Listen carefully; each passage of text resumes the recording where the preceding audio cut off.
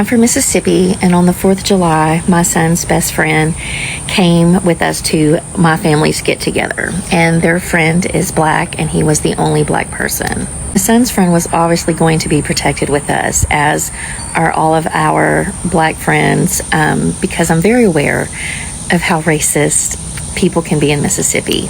And I even told my kids before we left for my family's 4th of July thing that if anyone said anything racist, that they knew that their mama was going to speak up, say something, because I don't care who you are. I don't care if you're my own family. I'm going to call you out on your racist BS, and that we would immediately leave, because I'm not going to tolerate that ever. So my kids know that about me, but I also want to make sure that they know that we have to speak out no matter who it is. I don't care if it's family. People come out and are saying, you need to warn your kids about being the only black person amongst a group of white people, especially in certain places around here. Very much so.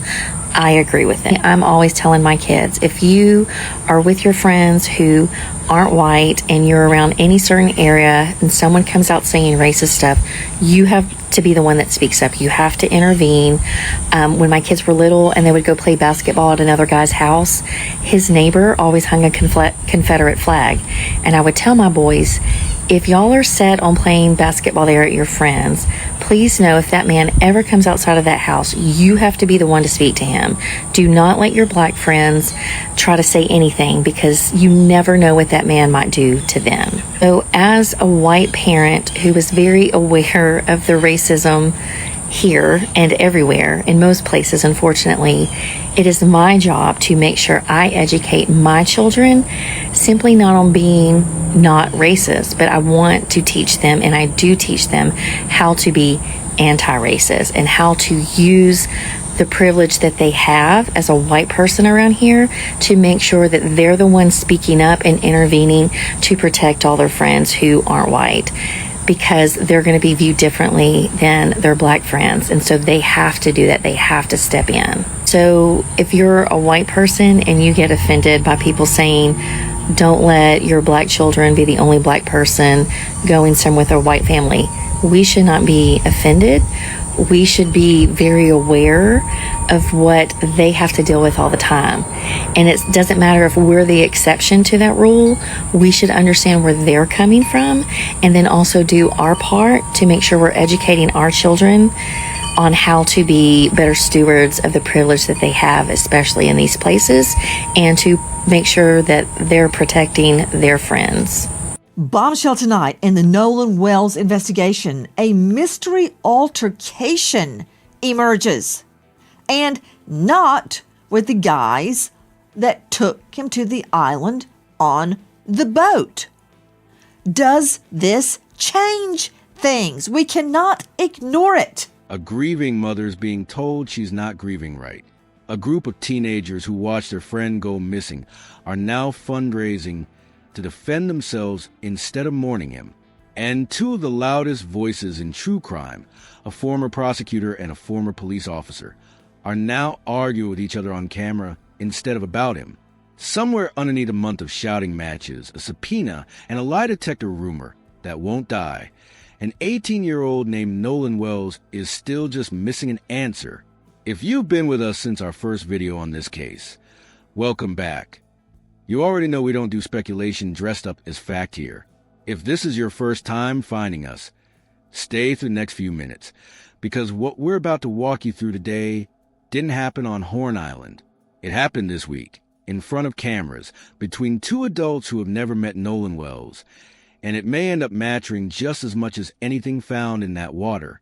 Subscribe now, because we're about to break down a fight the rest of the internet is either cheering for or ignoring entirely, and neither one of those is a right response. Before we go one sentence further, here's where this case actually stands, stripped of everyone's opinion, including ours. Confirmed, Nolan Xavier Wells, 18 years old, a recent Ocean Springs High School graduate and incoming wide receiver at Southwest Mississippi Community College, traveled to Horn Island off the Mississippi Gulf Coast on July 4th, 2026, with a group of friends. He did not return with them. His mother, Christine Wansley, reported him missing that night.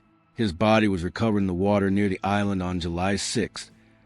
Identification was made through dental records, not a visual confirmation. The Jackson County Sheriff's Office, the FBI, and the Mississippi Department of Marine Resources have all confirmed involvement in the investigation at various points. GPS data obtained by CBS News shows the boat Nolan traveled on left a private dock at approximately 9:56 a.m., arrived at Horn Island at 11:14 a.m., and departed the island at 4:31 p.m. without Nolan on board.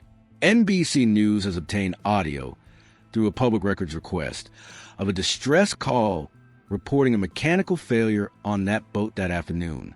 The family has retained civil rights attorney Ben Crump, and the district attorney has told the family a grand jury will eventually receive this case once the sheriff's investigation concludes. Disputed whether Nolan chose to stay behind voluntarily or was somehow left behind. What the altercation heard in a widely circulated video actually was, whose voice is on that recording, whether a separate confrontation happened on the island after the boat left at 4:31 p.m., and what, if anything, deleted Snapchat activity on his phone actually means. Unknown, the official cause and manner of death. Toxicology results from either the state's autopsy or the independent one commissioned by the family, whether any criminal charges will ultimately be filed, and against whom, if anyone at all. Everything in this video, the fight between Nancy Grace and Officer Tatum, the friends fundraising, the apology claims, all of it sits on top of that unresolved foundation. None of it changes what's confirmed. None of it fills in what's unknown. Keep that in your back pocket, because a lot of the coverage circulated about this case right now is not. If people are sending in videos, they should be using those videos to conduct further investigation. There is a group of people fighting at 5 p.m. Who are they? Where was he? He wasn't floating in the water. He wasn't on the shore. Tonight, evidence of a so-called mystery altercation is emerging. Straight out to Crime Stories investigative reporter Dave Mack. Dave, what can you tell me first about this so-called mystery altercation? And this is not with the men that went to Horn Island on the boat. You know what? Let me just be clear. Crime Stories is not a symposium, a gathering place for a witch hunt. We want the truth about what happened to Nolan Wells. We are here to convict no one yet. And if evidence of a mystery altercation with other young men arises, we are pursuing it. Dave Mack, what do we know about some mystery altercation? We think after the Triton left Horn Island. Nancy, this is a mystery altercation that is being described through social media as something that took place around 5 p.m. that day. This is 30 minutes after the Triton already left. And in this particular account, a Bertram boat was seen leaving shortly afterward at a high rate of speed. Now, this social media conversation claims that a person, one of the passengers, pretty certain Nolan Wells, was part of a group that was, quote, almost fighting around 5 p.m. Bip, bip, bip, bip, bip. Whoa, wait. Hold on, Nellie. Did you say 5 p.m.? Yes. Okay. The reason I jumped in, Dave Mack, is because 5 p.m., if Nolan was seen in an altercation at 5 p.m. on Horn Island, that's after the Triton, had already left. Let's see the boat, control room. We're talking about the boat leaving Horn Island. That boat. Had that boat already left when this altercation occurred? Dave Mack, that's a yes, no. Yes. Listen. But the person said in the DM to another kid that is associated, not any of the kids that I interviewed to talk to, but that could be associated to some degree, that knew Nolan, that this person wrote a message saying, me and my husband saw you arguing with Nolan, and to the effect of, you're going to spend the rest of your life in prison. Nolan and another person that he may have been in an argument with, to me, are people that need to be investigated. Here's something worth sitting with before we go any further. A month ago, almost nobody outside of Ocean Springs, Mississippi had heard the name Nolan Wells. Today, two national media figures with millions of combined followers are locked in a public, ongoing dispute with each other about how this case should be covered. That's its own story now, sitting on top of the original one, and it deserves to be treated as its own thing instead of getting blended into the disappearance itself. Nancy Grace built her career, and later her media platform, on advocating hard for victims and their families, often well before every fact is in. That approach has earned her loyal audiences for decades and long-standing criticism in equal measure, and this case is no exception. Brandon Tatum, known online as Officer Tatum, spent time as a police officer before becoming a full-time commentator, and has built a following partly on pushing back against what he frames as premature conclusions in high-profile cases. This one very much included. Over the past several weeks, these two have clashed publicly and repeatedly over the Nolan Wells case. Not about who is guilty of anything, because nobody has been charged with anything. About how the story is being told while the world waits for actual answers. Grace has pushed hard on a handful of specific, recurring questions. Why would an 18-year-old, by every account glued his phone the way most 18-year-olds are, leave that phone behind on a boat if he was genuinely choosing to stay on the island? What does it mean that his Snapchat activity from that day was wiped clean? And why did it take investigators as long as it apparently did to bring in federal resources and treat this with the urgency her viewers expected from day one? Tatum, meanwhile, has spent his airtime pushing in the other direction, questioning the authenticity of circulating audio, walking through what he describes as new sources on a timeline, and repeatedly urging his audience not to convict a group of teenagers in the court of public opinion before there's a shred of formal evidence against any of them. Both of those instincts, taken on their own, are defensible. Wanting urgency for a grieving mother is not a character flaw. Wanting due process for uncharged teenagers is not a character flaw either. The actual problem, and this is a part almost nobody covering this fight this week has said out loud, is that once two commentators with large platforms start treating each other as the opposing side, the case underneath them gets smaller and smaller in the frame. Ratings math starts doing the work investigators are supposed to be doing instead. There's a wrinkle worth naming here, too, because it changes how you should read everything that follows. Neither Grace nor Tatum is simply narrating this case from the sidelines the way a wire service reporter would. Grace spent years as a felony prosecutor before she ever hosted a television show, which means she reads a case file the way someone builds toward an indictment, looking for the gap that a defense attorney will exploit later and trying to close it publicly first. Tatum spent years wearing a badge, which means he reads a case file the way an officer reads a scene report, looking for procedural shortcuts that get an investigation thrown out or a wrongful narrative locked into place before the facts catch up. Those aren't neutral professional backgrounds. They're two different lenses, shaped by two different careers, and both of them are now pointed at the same 18-year-old's death from opposite institutional instincts. That's worth knowing before you decide which one of them sounds more convincing to you, because a courtroom instinct and a patrol instinct are going to read the exact same ambiguous fact in two completely different ways, almost every single time. So let's be precise about what actually happened this week, because Nancy Grace destroys Officer Tatum, and Officer Tatum stuns Nancy Grace have both been circulating as headlines, sometimes describing the exact same exchange, depending on which channel's algorithm you happen to land in first. According to reporting that circulated alongside clips from both shows, Tatum appeared on Nancy Grace's program this week, and the two clashed directly over a claim that has been floating around social media and podcast circles for days, that some or all the friends who were with Nolan on Horn Island had taken, or had agreed to take, a polygraph examination Grace pressed on whether that had actually happened and in what form. Tatum, according to the same reporting, pushed back on the framing of the claim itself, and the two went back and forth over what kind of examination, if any, had taken place and who had verified it.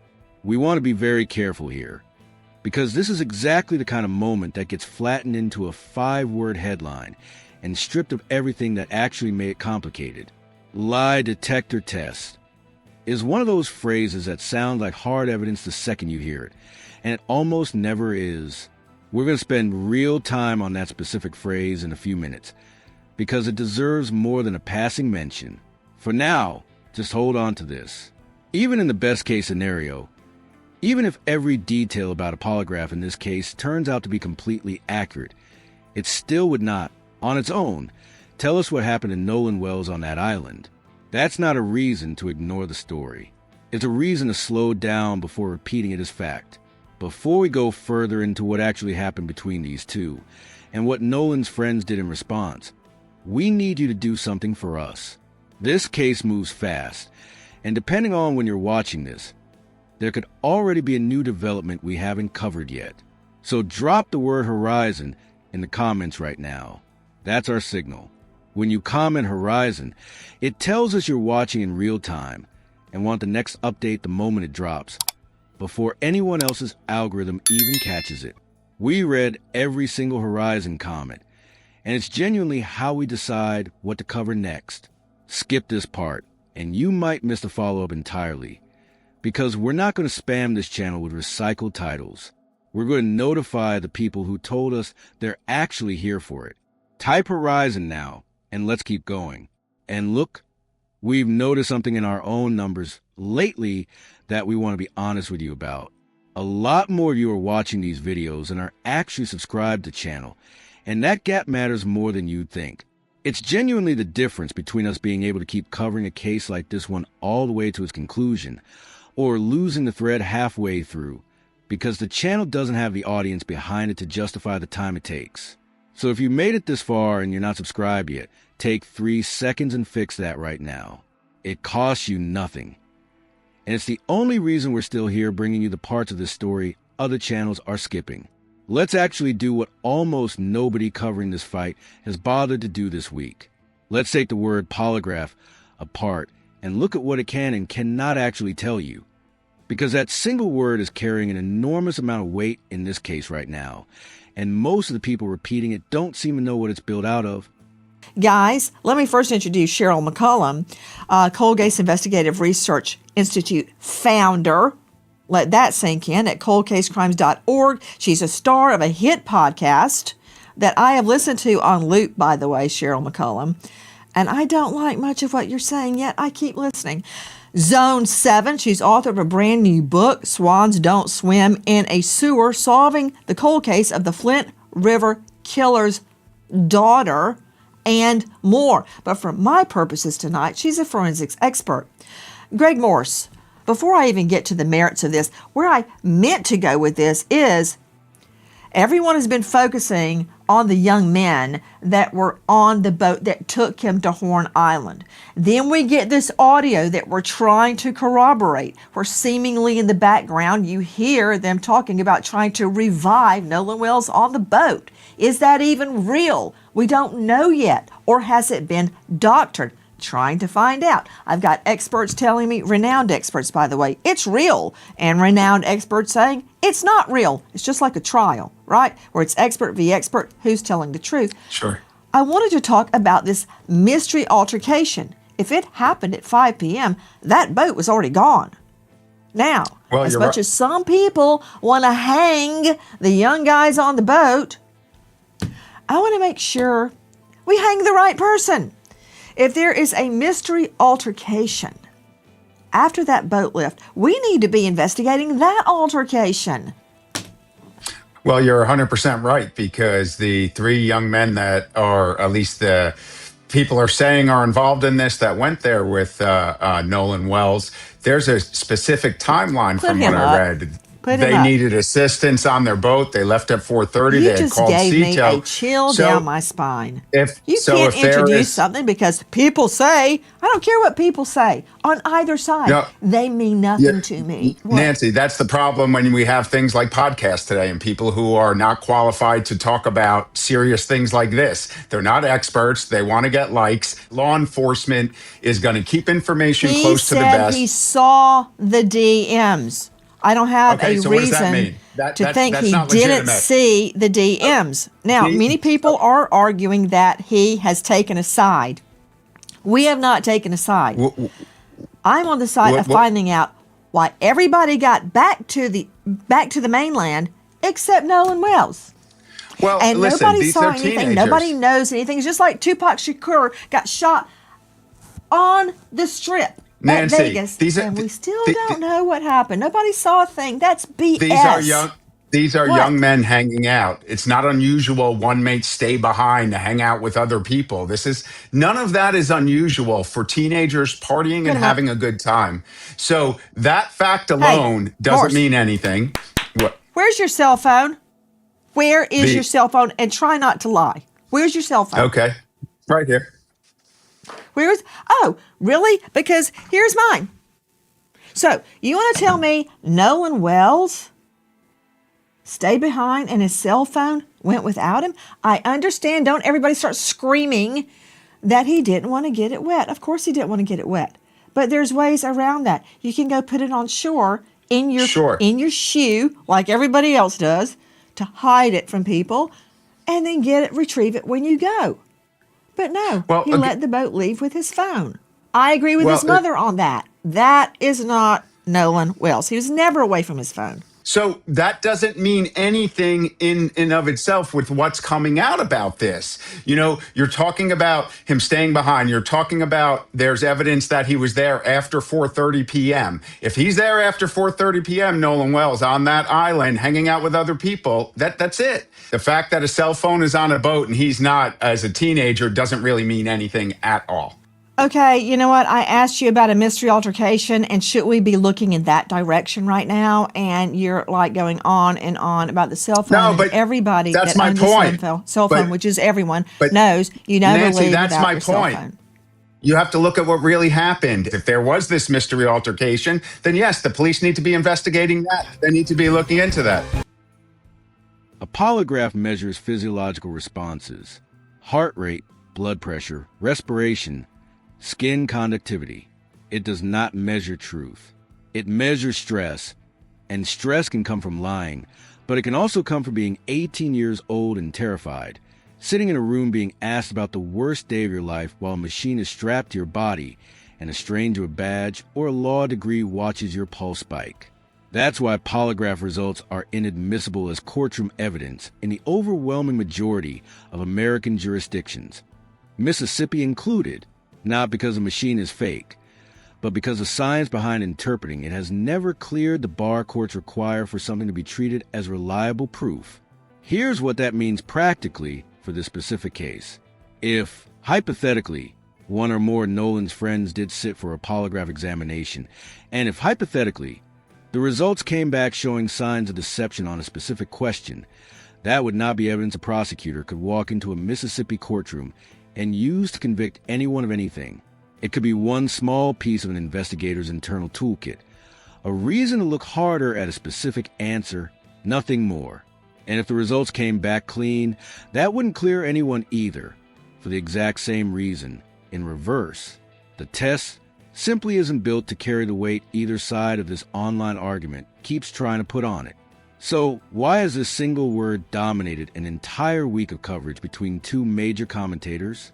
Because lie detector is one of the most emotionally loaded phrases in the entire true crime vocabulary. It sounds definitive. It sounds like science. It photographs well as a thumbnail. And it lets an audience feel like they've gotten closer to an answer without anyone actually having produced one. That's not a criticism of Nancy Gray specifically, or of Officer Tatum specifically. It's a criticism of how this entire genre, ours included, sometimes reaches for the most dramatic available word instead of the most accurate one, because the dramatic word gets more views. We want to be transparent about something else here too, because it matters for how you evaluate everything else in this video. We do not currently have independent, primary confirmation of exactly who took a polygraph, when administered by whom, or what the results actually showed, if any results exist at all. What we have is two competing media accounts of a claim, filtered through captions and clip titles before they ever reached us. That is precisely the situation this channel exists to slow down, not speed up. So instead of telling you who won that exchange, we're going to tell you what would actually resolve it. A named polygraph examiner, willing to put their credentials on the record, a specific date, specific questions asked, and specific results, released through an attorney or an official statement rather than filtered through a screenshot. Until one of those two commentators, or someone closer to this case than either of them, produces that level of detail, polygraph remains a word being thrown between two shows, not a fact sitting inside this investigation. Now here's where this week's story actually shifts and where the title of this video comes from. For most of July, the young people who were on Horn Island with Nolan on July 4th mostly stayed out of the public conversation directly, aside from a handful of interviews, most notably from Trayston Shepard, who has spoken to multiple outlets, correcting the record on a viral video that many people, including attorney Ben Crump at one point, believed showed Nolan in an argument over his phone. Shepard has said publicly more than once that the voice on that recording is his own from a separate incident, not Nolan's. That distinction matters.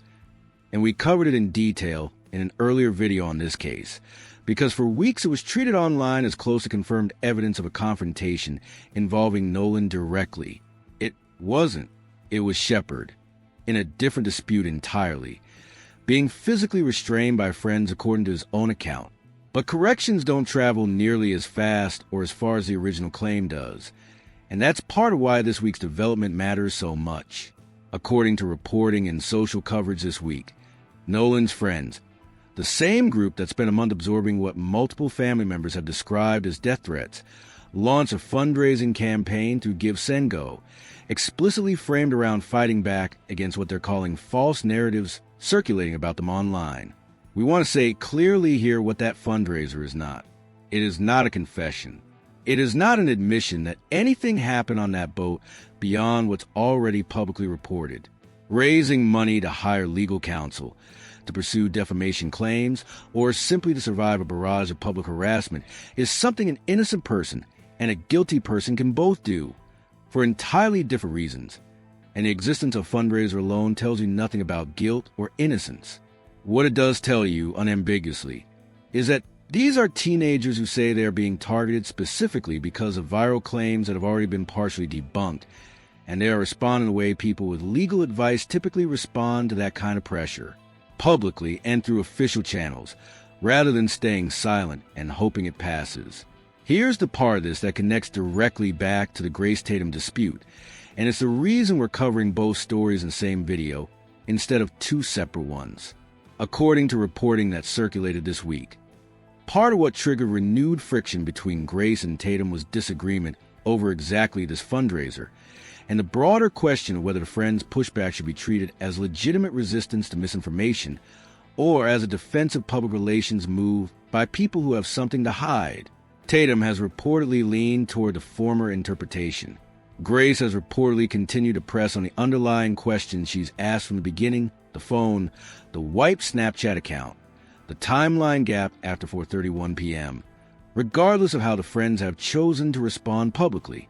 We're not going to tell you which of those two framings is correct, because honestly, neither one of us was in that room, and neither is anyone reading a headline about it either. What we will tell you is this: a fundraiser explicitly built around fighting back against harassment is evidence that harassment is happening. That part isn't in dispute.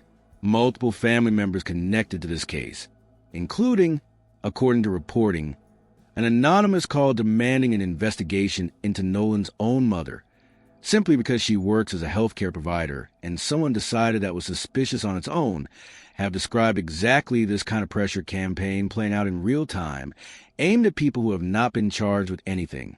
If you take nothing else from this video, take this. Raising your voice about a missing 18-year-old is not the same thing as being entitled to threaten the people who knew him, whichever side of the story you believe.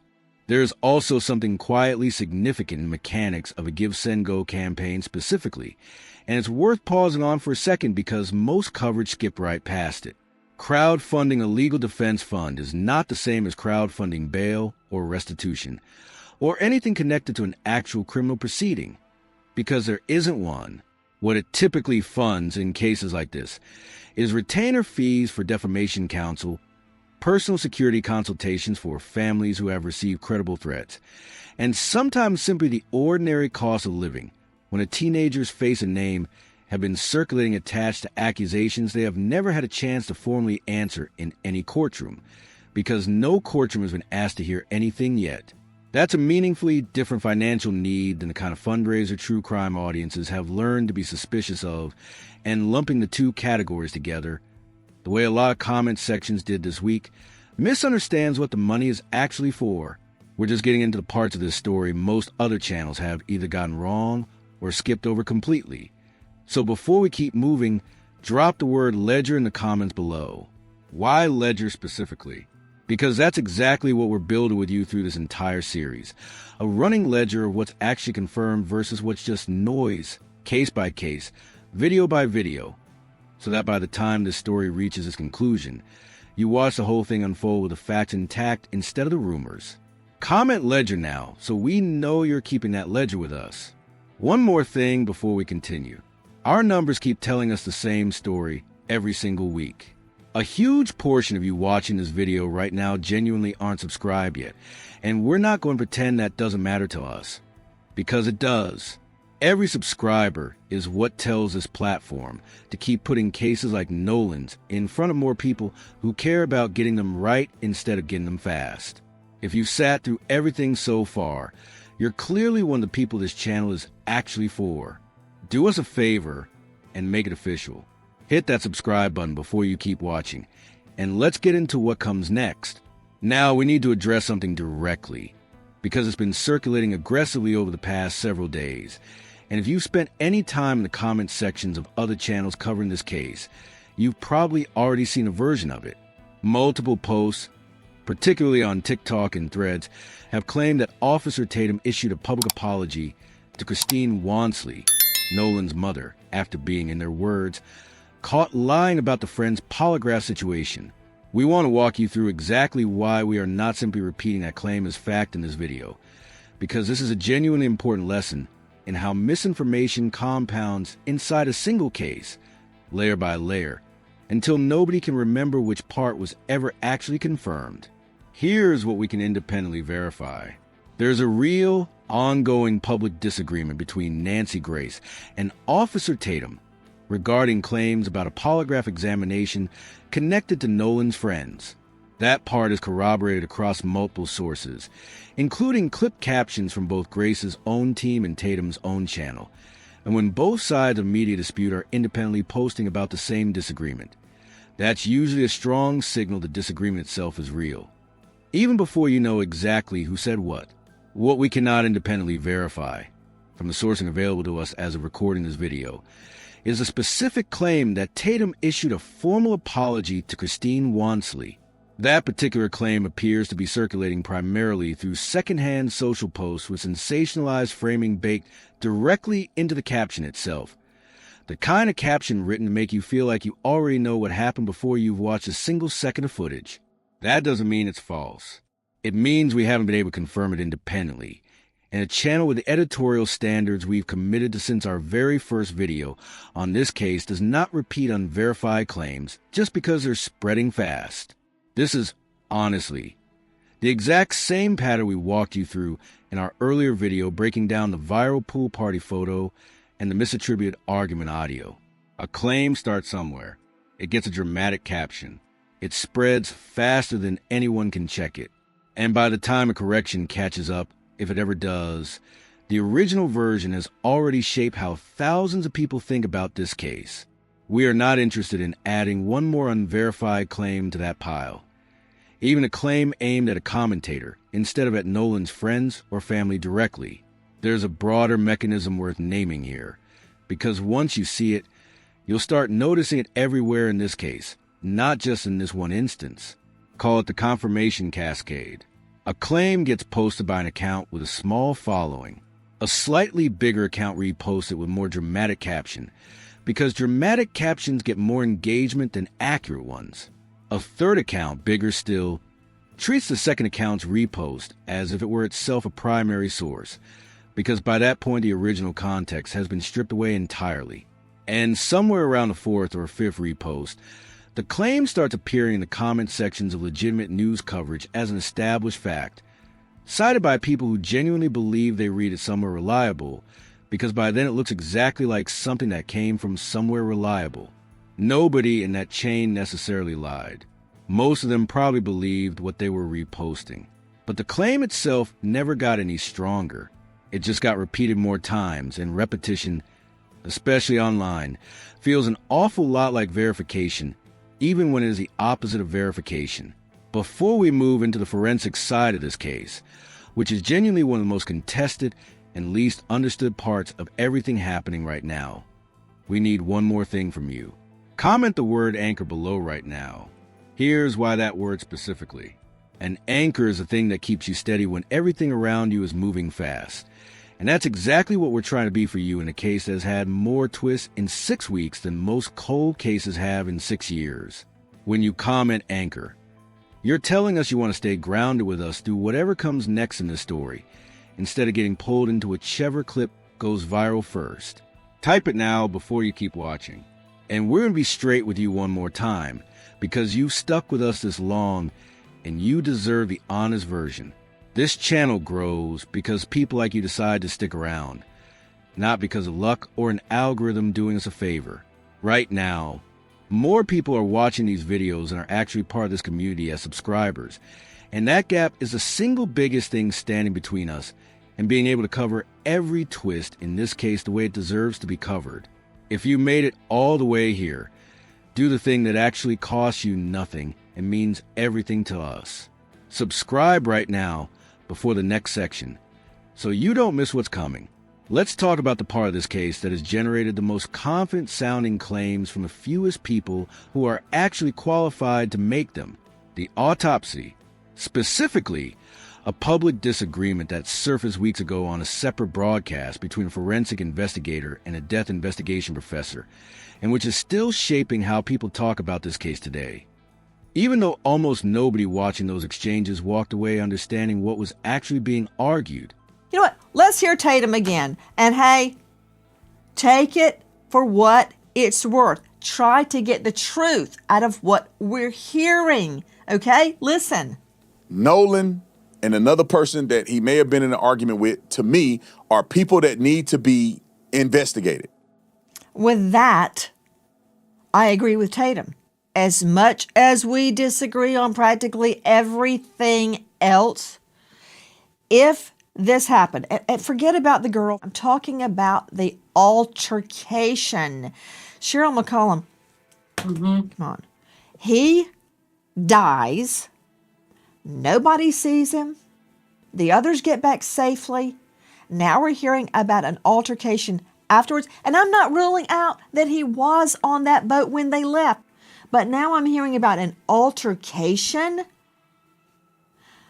When you can't tell the truth of what's happening, look at who was angry. Look if there was an altercation. I don't know what happened, but when I hear altercation after the Triton left, I've got to go there. You got to look at it. You absolutely cannot ignore it. But one thing we already know from the second autopsy, they would have mentioned if he had any type of injury to his knuckles, if he had been in a fight.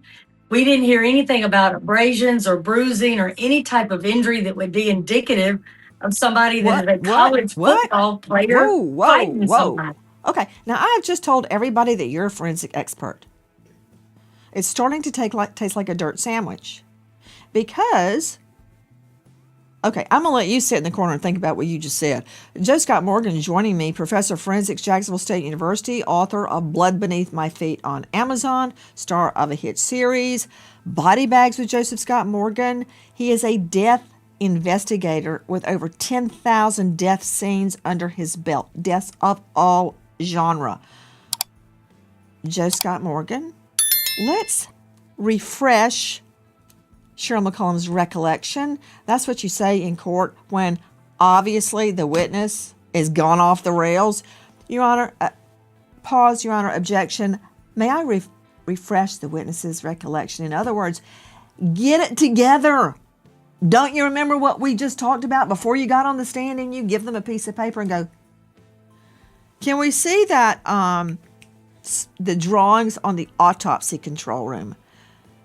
Joe Scott, there's a big, thank you. There's a big honking mark, subcutaneous, deep reddening tissue on his occipital. If I hit somebody in the back of the head, it'd be right there. We don't know what that is. No, we don't. But to Cheryl's point, she's accurate. And here's why. Because in forensics, it's not just about positive findings. It's also about negative findings, those things that we are absent. So in that report, as she had mentioned, there was no indication that there was any kind of contusions on the hand, the arm, no kind of defensive event like a parry with a forearm, scuffing of the knuckles, that sort of thing. This forensic pathologist that did the second assessment didn't see any evidence of that. And so that's the first place I'm going to go to, aside from not having the actual primary autopsy report that has not been released yet. But you've got an individual that has, in fact, been retained by the family that's making this assessment. And it's a pretty damn thorough assessment, as a matter of fact, based upon many of them that I've read over the years. You don't see any kind of insults to the arms, the hands, anything like this.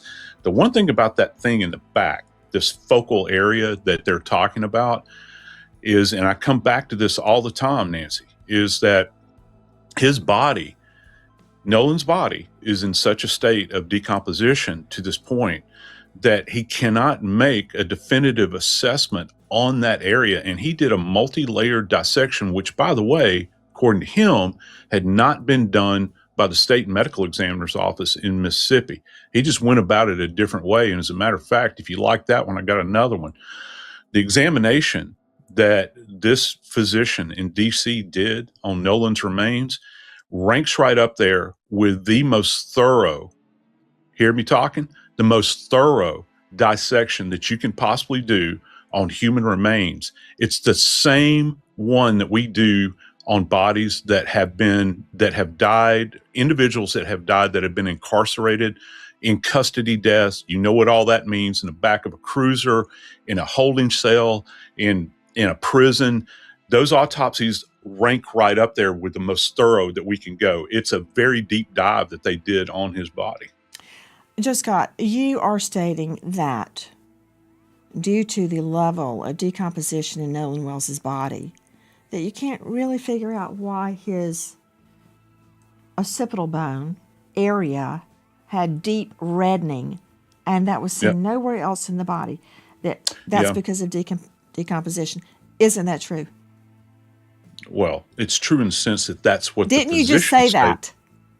I'm repeating what the physician said in his autopsy report. I didn't do the examination. So then that would be a yes. So at that level of decomp that you're claiming could obscure the nature of the deep reddening on his occipital area, but yet on the other side of your mouth, you're claiming that even with this intense decomposition, you didn't see evidence of any reddening on his knuckles or any indication of a fight. So you want it two ways. You want to say, decomp, can't tell what that was on the back of his head, but even though he's highly decomposed, I can tell you, he didn't have any reddening on his knuckles. Really? No. Because I see a problem with that. Okay, you've skinned your knee before, right? Okay. If you have an abrasion, that's completely different than a contusion. That means you have scraping and the tearing away of the skin. That's something that's very obvious. And guess what? I've been in enough fist fights in my life that I know what scraping. Right, I know, and you're misstating that because it's not a matter of reddening. When we look at hands, we also look at contact points where people are being abraded as a result of scuffing their hands. That's different than a color discoloration. We're talking about the top layer, the epidermis down to the dermis, is being scraped away. He doesn't see any evidence of that in his I'm not autopsy talking about a report. scrape. I'm talking about if he had, for instance, reddening from a welt, the beginnings of a bruise. With that level of decomp, you're telling me you could still make that out? No, those two things cannot exist in the same universe. You have to have an abraded area, and there would be multiple of them on his hands if he is punching or trying to defend himself. And yes, we can make out bruises. Yeah, we can make out bruises. You and don't always have to have decomposing scrapes on bodies. your hand when you throw a punch. You don't always have to have cuts on your hand when you throw a punch. That's not true. Well, that sounds mighty convenient if that's the road you want to go down, because I've seen them many times. That's what I'm telling you. What you're saying is mighty darn convenient. That the reddening on the back of his head, can't really tell anything because he's so decomposed, but you can see his hands well enough to know he was not in a fist fight. Yeah, Right. that's convenient, Joe Scott. he Look, was not in I'm a not fist trying fight. to convict anybody. I'm trying to find the truth. I'm trying to find out if this evidence of an altercation really happened. And to further muddy the waters, now we have more witnesses stating what they saw. Here's the plain version of the dispute. A second independent autopsy was performed on Nolan's body in Washington, D.C., separate from the state of Mississippi's own examination, and reportedly identified an area of deep reddening in the tissue near the back of his head. That single detail has fueled enormous speculation, because a mark like that could theoretically be consistent with blunt force trauma. It could also be consistent with a number of entirely non-violent explanations related to how a body decomposes after time spent in water. This is where the two forensic professionals publicly disagreed, and their disagreement is actually more instructive than either side of the Grace Tatum fight, because it shows you exactly how difficult it is to read a body honestly once decomposition has set in. One expert argued that the level of decomposition Nolan's body had reached by the time of examination made it genuinely difficult to say with confidence what that specific mark near the back of his head represented, while at the same time noting that the same autopsy found no evidence of abrasions, scraping, or defensive injuries on his hands. The kind of injury you would typically expect to see if someone had been in a physical altercation. A second expert pushed back hard on that exact combination conclusions, arguing that you cannot credibly claim decomposition, makes one area of the body too unreliable to interpret, while simultaneously treating a different area of that same decomposed body as reliable enough to rule something out entirely. We're not forensic pathologists, and neither, frankly, is almost anyone who has repeated a confident conclusion about that mark on social media over the past few weeks. What we can tell you, because it's simply how forensic science works, is that both experts were making a real, defensible point, and that the honest answer sitting underneath their disagreement is that decomposition genuinely does complicate interpretation of soft tissue findings, sometimes in ways that cut against a clean conclusion in either direction. A body that has spent time in warm Gulf water for even a short period begins changing in ways that can make bruising, discoloration, and even certain kinds of trauma much harder to distinguish from ordinary post-mortem changes. That's not a talking point invented for this case.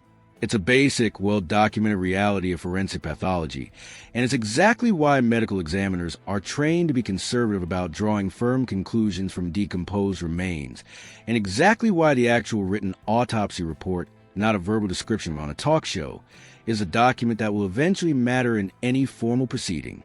Here's what we think almost nobody has said plainly enough through weeks of coverage on this specific detail. The existence of an unexplained mark is not itself proof of anything. Its absence would not have been proof of nothing happened, either. What it actually represents right now, today, is an open forensic question that the full, formally released autopsy report, alongside pending toxicology results, is supposed to eventually answer with actual medical language instead of dueling cable news sound bites. Until that report is public in full, every confident claim you see about what that mark proves, in either direction, is somebody speaking past their own expertise, whether they're a national commentator or a stranger in your comment section. Let's pull one more thread that keeps getting mentioned in passing throughout this entire media fight, but rarely gets the standalone attention it actually deserves. The timeline itself, built entirely from hard data rather than anyone's recollection, and a specific gap sitting inside it that still has no public explanation. According to GPS data obtained by CBS News from the Mississippi Department of Marine Resources, the boat carrying Nolan and his friends left its private dock at 9:56 in the morning, arrived at Horn Island a little over an hour later, and departed the island at 4:31 in the afternoon without him. That much is documented, minute by minute, by a state agency's own tracking system, not by anyone's memory of that day. Attorney Ben Crump has stated publicly that Nolan was last seen on the island around 3 p.m. That leaves roughly 90 minutes between the last confirmed sighting of Nolan and the moment his friend's boat pulled away without him, a window during which, by every account given so far, a mechanical failure was also unfolding on that same boat, forcing an early and apparently chaotic departure. 90 minutes is not a small amount of time on a crowded holiday island. It's long enough for a conversation to happen, for a decision to be made, for a group to become separated, for a plan to change more than once. And it's exactly the window that both the friend's account and the family skepticism are ultimately arguing about, even when the argument gets dressed up in the language of polygraphs and viral videos. Nolan's phone, according to multiple reports, remained on the boat when it left, later tracked by his family through the Life 360 app to a location that suggested it had made it back to the mainland while he had not. His mother has said publicly that when she and a family member eventually reviewed the device, they found 2 Snapchat accounts wiped clean of any saved photos or videos from that day, despite Nolan reportedly being the kind of teenager who documented almost everything constantly without being asked. Here's the honest tension inside that specific detail, the one both Grace and Tatum have circled without ever fully resolving it on air. A friend of Nolan's has told at least one outlet that leaving phones on the boat before swimming was completely normal for this group, a way of protecting them from salt water rather than any kind of coordinated decision, and that Nolan's device was reportedly one of well over a dozen phones left on the dash that day. That is a plausible, ordinary explanation, and plenty of people leave their phones behind before getting the water for exactly that reason. But it does not, on its own, explain the second half of the claim, the wiped Snapchat accounts, because a phone left on a boat's dashboard does not delete its own saved content. Something or someone has to actively do that, whether that happened before Nolan even left for the island, whether it happened through some automatic app setting nobody involved fully understood, or whether it happened at some point after the phone was separated from him, is a question that a full digital forensic examination, the kind attorney Ben Crump has said will eventually happen through a mutual inspection process with law enforcement, is specifically designed to answer. Until that inspection produces results, wiped Snapchat is a genuinely significant open question. It is not, yet, evidence of anything more specific than that. We want to underline something here that gets lost every time this detail resurfaces in a new clip. A 90-minute gap and a wiped social media account are exactly the kind of loose threads that, individually, have completely innocent explanations most of the time in most situations involving teenagers on a chaotic holiday. A phone dying, an app glitch, a story told slightly differently by 5 different exhausted, frightened teenagers describing the worst day of their lives after fact. None of that requires anything sinister to explain it, but taken together and left unresolved for over a month, that same combination of ordinary explanations starts to feel a great deal less ordinary to a mother who has now gone longer without answers than she went without knowing her son was even in danger in the first place. Both of those readings can be true at once. That tension, not the shouting match between 2 commentators, is the actual center of gravity in this case.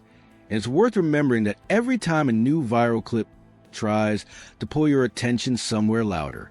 We're a little over halfway through today's breakdown, And what's coming up covers something that's been sitting underneath almost every single piece of coverage on this case without anyone naming it directly.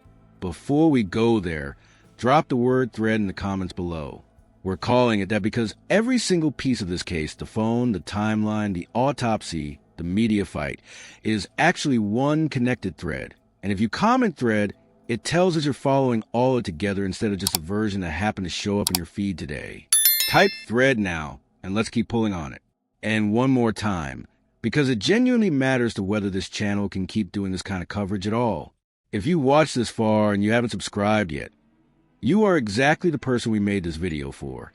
And the only thing standing between you and the next update is one click. We don't ask for much else. We're not selling you anything in the middle of this. We're just asking you to stick around for the parts of the story that actually deserve your attention. Subscribe now, and let's get into it. There is a conversation running underneath this entire case that we have deliberately avoided rushing into because it deserves to be handled with more care than most of the coverage has given it. And we want to do that now, briefly and directly, rather than pretend it isn't happening. A significant portion of the public reaction to Nolan Wells' death and to the pace and tone of the initial investigation has centered on race. Nolan was, by most accounts and most of the circulating photos from that day, the only black teenager, or one of very few, in a much larger group of friends on Horn Island. Some commentators and members of the public have pointed to that fact directly, arguing that it's relevant to understanding both what may have happened that day and how quickly or slowly authorities initially responded, drawing comparisons to other cases where investigations involving black victims have historically moved slower or drawn less national attention than comparable cases involving white victims. Other commentators, including some of Nolan's own friends who were on the island that day, have pushed back just as directly, arguing that treating his friend group's race as inherently suspicious on its own, without any specific evidence connecting it to what actually happened to him, risks becoming its own form of unfairness aimed at teenagers who have not been shown to have done anything wrong. Both of those positions are being argued in good faith by real people who care about this outcome, and we're not going to tell you which one is correct, because that's not a factual question this channel is equipped to settle. And frankly, it's not a question any single video is going to settle for anyone watching it either. What we will say is this: the historical pattern that concerns people on one side of that conversation is real and well documented across decades of American criminal justice reporting, completely independent of the specific case. And the concern on the other side, that an uncharged teenager's race should not, by itself, be treated as evidence of anything happening around him, is also a legitimate and important principle, one this channel has tried to hold consistently in every case we've covered, regardless of who's involved. Holding both of those things as true at the same time is uncomfortable. It's also honest, and it's the only way to talk about this part of the story without either dismissing a real historical concern or turning a group of uncharged teenagers into stand-ins for an argument that is much bigger than any of them individually. Another report came to me of someone saying that they saw Nolan with a girl, and they believed that they saw Nolan and this girl struggling in the water, not necessarily drowning, but struggling. Like it was obvious enough that the person was concerned when they saw Nolan in the water, and he was with this girl. You know, that's from Officer Tatum's show. Cheryl McCollum, it seems to me that that's not true. Because don't you think if a witness saw one or two people, quote, struggling in the water, I mean, I would try to help them. It makes no sense. And they did nothing? Yeah, it doesn't make any sense. That wouldn't be their focal, that they would pay attention to those two people that are struggling to see, is one going under and not resurfacing? What can we do to help? The idea that they would watch that, see a struggle, and then what? Turn back and finish barbecuing? That doesn't make any sense to me at all. Not at all. So this is a problem, Greg Morse. You're a veteran trial lawyer. We're getting so much information, and a lot of it is inconsistent. And that is why you have cross-examination, so you can test the evidence, test whether it's true under the fire of cross-exam. when you have conflicting stories like this, my instinct is to go with the one that makes the most sense. What do you make of these claims that Nolan was struggling in the water? I really believe if he had been, quote, struggling in the water, that either she or her friends would have come forward by now. I mean, what about these guys on the boat that had already left? Don't they want to save them? I mean, Well, I'm just trying to you're find right. out what There's- happened to Nolan. And if this is true, it may place him on the island after they left. Well, that's it, and that's what the police are doing. Is they're going to run these leads down, and they're going to try to verify what's credible and what's not before they go to a grand jury. They're going to exclude information that they think is completely uncredible. However, all of this information, if people are arrested at some point in the future and charged with a crime for Nolan Wells' death, then all of these conflicting stories, all of these different timelines, they become a conflict in the evidence. And as you know, Nancy, there's 3 ways a jury can find reasonable doubt if this ever gets there. And one of those ways is in a conflict in the evidence. So these are all favorable things that would benefit a defendant or defendants down the road. However, there's a reason why law enforcement does investigations. Professionals do it, not podcasters talking about it. Verified sources, all of that is nonsense. The police are going to keep information to themselves. They're going to also keep information private so they can test statements that come from people and verify what they're saying based on factors that don't get released in the media. So clearly something happened after 4:30 when the Triton boat apparently left. And all of these things the police will find, they will discover. You know, the police can discover whose phones were active at the time in that whole area if they choose. May not be able to use it in court anymore after the recent Supreme Court decision a few weeks ago on cell site location information. However, it's an investigative tool that they can line up who's there. They can also line these things up by the boats. Right. And they're calling CETO and things like that. So these are all things the police are going to verify and shake out what they believe led to this young man's death. I can get the GPS, Morse. I can get the GPS. Yep. I can get the cell phone data. I can get the tracking data. I can tell exactly what time the boat left. But I can tell the truth of that. But I can't tell the truth right now about these conflicting reports. Was he on the boat? His phone was on the boat. That's the whole point. He's traveling with his phone, then he's on the boat. They're saying, no, he wasn't on the boat. Now this altercation has arisen, evidence of that emerging after the boat left. Who's telling the truth? The mom, his mom says, no way would he have let the boat leave without his phone. Okay, that said, the mom is getting death threats. Nolan Wells' mother dealing with not only her son is gone, he's dead.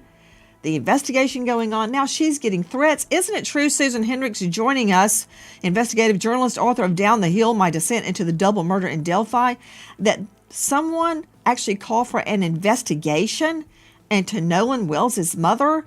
Isn't she a home health care nurse? She is, and it was an anonymous call saying that she needed to be investigated. To me, it was outright backlash connected to what happened to her son. It's despicable considering everything she's already going through. Anonymous calls to say that she's not up to par and needs to be investigated. It's sickening. We'll say one more thing on this, because it connects directly back to everything else in this video. Reverend Al Sharpton, standing alongside Nolan's parents at an earlier press conference, was reportedly careful to draw a specific distinction here himself, stating that the family was not centering race in their demands, while also not discounting it as a factor worth examining. That a narrower, more careful position than a lot of the loudest commentary happening around this case in either direction. And we think it's worth noting that the family's own stated position has consistently been about transparency and a thorough investigation, not about assigning blame along any particular line before the factor in. That's the version of this conversation we're choosing a platform, because it's the version that actually came from the people closest to Nolan, rather than from any commentator, including the two at the center of this week's fight. If you watched our earlier coverage of this case, the breakdown of the pool party photo, the correction on the argument audio, our walk through the so-called mystery altercation segment. You've probably noticed a pattern by now, and we want to name it directly instead of just letting you infer it, because once you see it here, you'll start recognizing it in almost every high-profile case this genre covers. Nearly every major viral moment in the Nolan Wells case, so far, has followed the exact same shape. Something surfaces, a photo, an audio clip, a claim about a polygraph, a claim about an apology. It gets attached to dramatic language almost immediately, language built for engagement rather than accuracy. It spreads across platforms faster than any single outlet, including the family's own attorney, can verify it. And only afterward, sometimes days later, does anyone go back and check whether the underlying claim actually holds up. The pool party photo turned out to have been taken 8 days before Horn Island, not after, confirmed through metadata by an independent outlet and corroborated by a friend who identified the people in it. The viral argument audio turned out to be traced in Shepard in an unrelated dispute, not Nolan, confirmed by Shepard himself on the record. The claim about a witness seeing someone struggling in the water fell apart the moment anyone applied a basic, common-sense test, one worth remembering for every future case this channel ever covers. Would a person who genuinely witnessed two people struggling in open water just walk away and keep going about their afternoon? And now, this week, we have competing viral claims about a polygraph and an apology, neither of which we can fully verify from where we're sitting, sourced from two commentators who are themselves now part of the story rather than simply covering it from the outside. This is worth naming as its own phenomenon, because it isn't unique to Nolan Wells' case.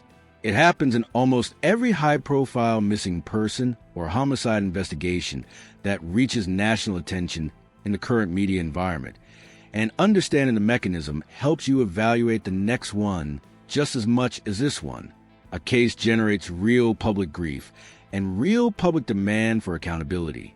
That demand creates an enormous audience, hungry for updates, checking multiple times a day for anything new.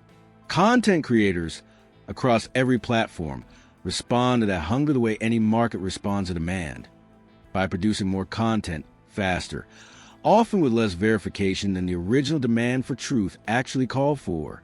The family, meanwhile, sits in the middle of all of it, watching their son's name get attached to claim after claim after claim, most of which they never authorize, some of which their own attorney later has to walk back on camera. All of it happening while the actual, slow, careful forensic work that will eventually answer their real questions continues at its own pace, completely unaffected by how many views any of it generates. We are not telling you this to make you cynical about true crime coverage as a genre, including our own. We're telling you this because Nolan Wells deserves an answer that actually holds up under pressure, not one that simply survived a week of social media without anyone checking it. His mother has said, in her own words, in a video she posted directly to her followers, that she is leaning on her faith and her support system through what she describes as insurmountable grief. She did not ask for a war between commentators. She asked for the truth about her son. Every time this case gets pulled sideways into a fight about who's lying to whom on camera, that original, simple requests get a little further away from the center of the conversation. And it's worth asking yourself, every single time you click on the next viral clip, whether what you're about to watch is actually getting her any closer to it. We're heading into the final stretch now. We're going to walk you through the actual legal process this case still has to move through, the part almost nobody explains clearly, and exactly what to watch for next. Before we get there, comment the word compass below. Here's why. Everything we've covered today has pointed in a lot of different directions at once. The media fight, the fundraiser, the forensic debate, the timeline gap. A compass doesn't tell you the story is simple. It just makes sure you don't lose direction inside it. Comment compass if you want to keep navigating this case with us all the way to whatever its actual conclusion turns out to be. And here's the last version of this ask you'll hear from us today, said as plainly as we know how to say it. This channel exists because people decide, one video at a time, that this kind of careful coverage is worth their subscription instead of just their view. If you've made it this far into a video this long, you're not a casual viewer. You're exactly who this channel is built for. So if you haven't already, subscribe now before we close this out, so you're here the moment the next real update on this case actually drops. Let's close out the case-specific portion of this video with something almost none of the viral coverage has bothered to explain properly: what actually happens next procedurally, and what a grand jury referral genuinely means versus what it doesn't. Under Mississippi law, a victim's family is entitled to receive an official incident report within 72 hours of a death. That window passed weeks ago in this case, and as of family's most recent public statements, they still had not received that report directly, something their attorney has raised explicitly with the district attorney's office. That's not a conspiracy.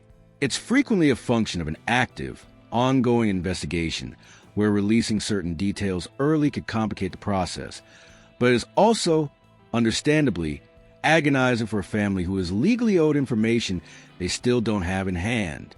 The district attorney has told Nolan's family directly that this case will eventually be presented to a grand jury once the sheriff's office concludes its investigation.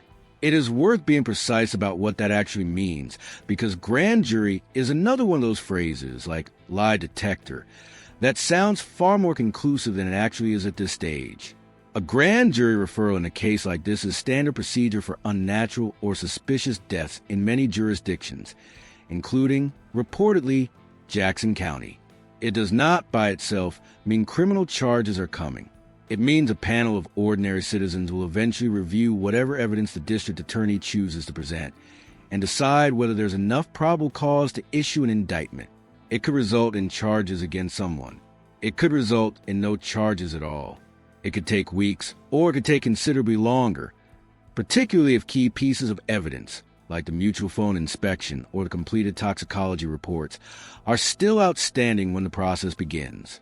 Grand jury proceedings, once they start, are conducted in secret.